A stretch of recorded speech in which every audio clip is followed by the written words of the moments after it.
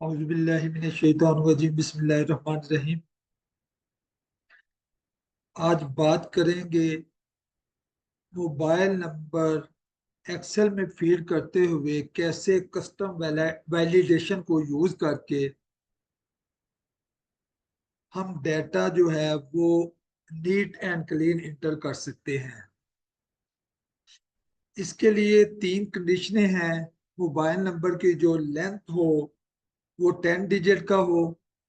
दूसरी कंडीशन ये है कि वो नंबर में हो। तीसरी ये है कि वो टेक्स्ट ना हो। मैं चलता हूँ वर्किंग शीट पे।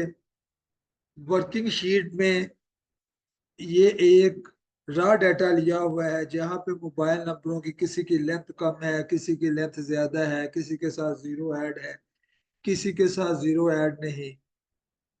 तो मैं इसका जो सॉल्यूशन है या इस तरह के जो और डाटा हम इंटर करते हैं वहां पे कैसे कस्टम डाटा वैलिडेशन हम यूज कर सकते हैं, आज वो बताना चाहता हूँ। मैं यहाँ पे अपना नंबर, मोबाइल नंबर मैं एंटर करता हूँ।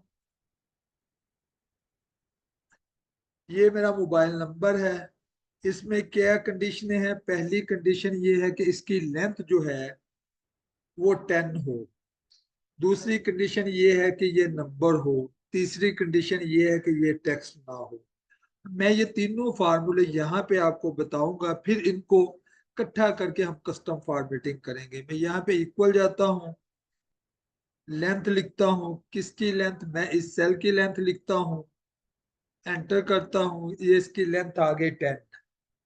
लेकिन मैं इसके साथ इक्वल लगा के 10 लिखता हूँ। अगर ये 10 के इक्वल होगी तो यहाँ पे ट्रू आ जाएगा, अगर 10 के इक्वल नहीं होगी यहाँ पे फॉल्स आ जाएगा। ये यहाँ पे ट्रू आ गया क्योंकि 10 के इक्वल है। मैं यहाँ से एक नंबर अगर खत्म करता हूँ ये साथ ही फॉल्स आ गया।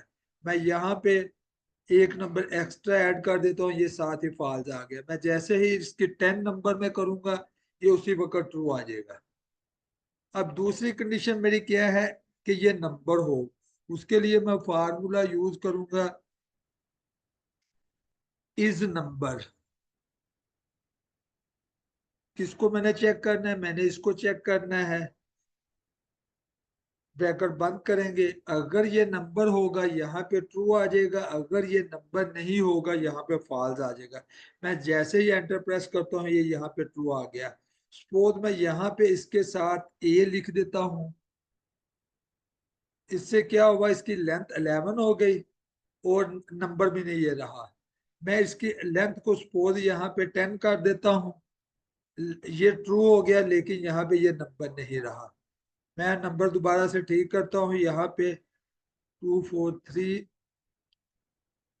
अब तीसरी कंडीशन क्या है कि वो टेक्स्ट ना हो।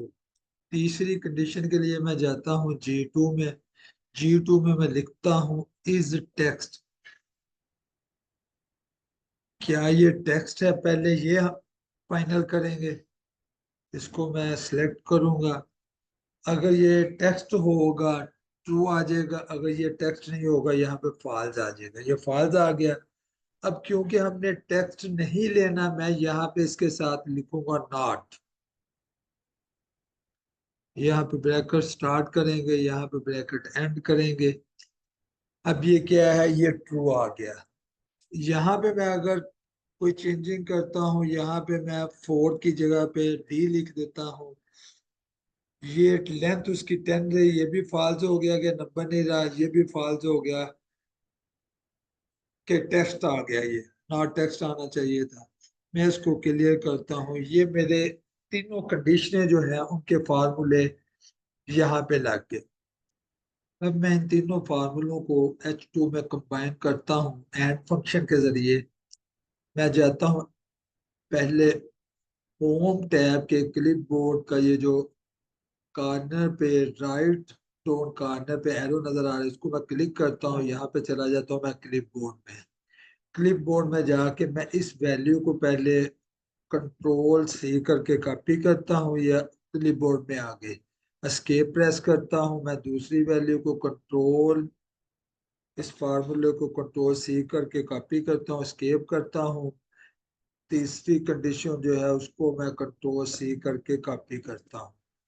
एस्केप कर देता हूँ। आगे मैं जाता हूँ H2 में। H2 में जाके मैं लिखता हूँ इक्वल, एंड लिखता हूँ, ब्रैकेट स्टार्ट करता हूँ, इसको मैं पेस्ट कर देता हूँ, कॉमा लगाता हूँ, इसको मैं पेस्ट कर देता हूँ, कॉमा लगाता हूँ, इसको पेस्ट कर देता हूँ, और ब्रैकेट बंद करके एंटर प्रेस करता हूँ। अब ये देखें, जब तीनों कंडीशनें ट्रू हैं, ये ट्रू है। अगर तीन कंडीशनों में से कोई एक भी फॉल्स होगी तो वहां पे भी फॉल्स आ जाएगा। ये मैं इसकी लेंथ इंक्रीज किया, वहां पे भी फॉल्स आ गया। इसी तरीके से बाकी भी आप ट्राई कर सकते हैं। कोई भी कंडीशन फॉल्स करेंगे तो आखिर में जो हमारा कंबाइंड फार्मूला है वो फॉल्स हो जाएगा। मैं क्लिप बोर्ड वाला जो पोर्शन है इसको मैं क्लोज करता हूँ। ये जो कंबाइंड फार्मूला है इसको हम कंट्रोल सी से कॉपी करेंगे, एस्केप प्रेस करेंगे, जहां पे डाटा वैलिडेशन लगानी है उसको सिलेक्ट करेंगे, डाटा में जाएंगे, डाटा वैलिडेशन में जाएंगे, ये विंडो ओपन होके आ जाएगी। यहाँ पे एनी वैल्यू की जगह पे हम कस्टम में जाएंगे, यहाँ पे जाके जो फार्मूला आपने कॉपी किया वो यहाँ पे पेस्ट कर देंगे। पेस्ट करके इनपुट मैसेज में जाएंगे, यहाँ पे टाइटल का नाम रख देंगे message.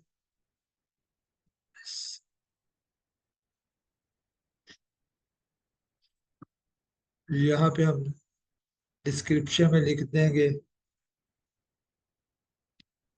Input the mobile number.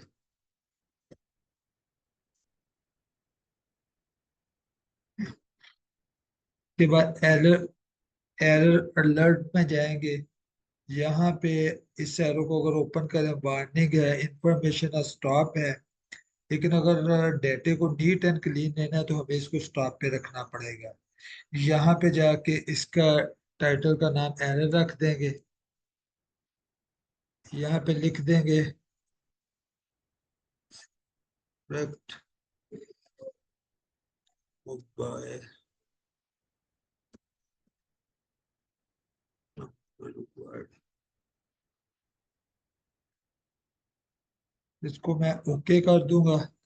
जैसे ही मैं ओके करूंगा, ये जो मेरा सिलेक्टेड पोर्शन है यहाँ पे डाटा वैलिडेशन जो है वो वर्क करेगा। यहाँ पे सपोज मैं इसमें जाके यहाँ पे किसी भी जगह पे मैं डिजिट एक इंक्रीज करता हूँ, साथ ही मैसेज आ जाता है करेक्ट मोबाइल नंबर रिक्वायर्ड। मैं इसको नीचे जाके यहाँ पे अगर मोबाइल नंबर इंसर्ट करना चाहता हूँ, मैं इसको कैंसिल करता हूँ। यहाँ पे जाके मैं मोबाइल नंबर लिखना चाहता हूँ 8108102444। इसकी लेंथ पूरी नहीं है, ये इसने मैसेज दे दिया। मैं इसको कैंसिल करता हूँ। कैंसिल करके यहाँ पे मैं दोबारा से अपना नंबर लिखता हूँ 8102 4 की जगह पे मैं एक लिख देता हूँ, ये 3 लिखता हूँ, ये एरर मैसेज आ जाएगा। इसके बाद ये मैं यहाँ पे करेक्ट नंबर लिखता हूँ। अब देखते हैं ये क्या इसकी वर्किंग होती है। ये इसको एक्सेप्ट कर लिया। यहाँ पे जाके मैं करेक्ट नंबर लिखता हूँ,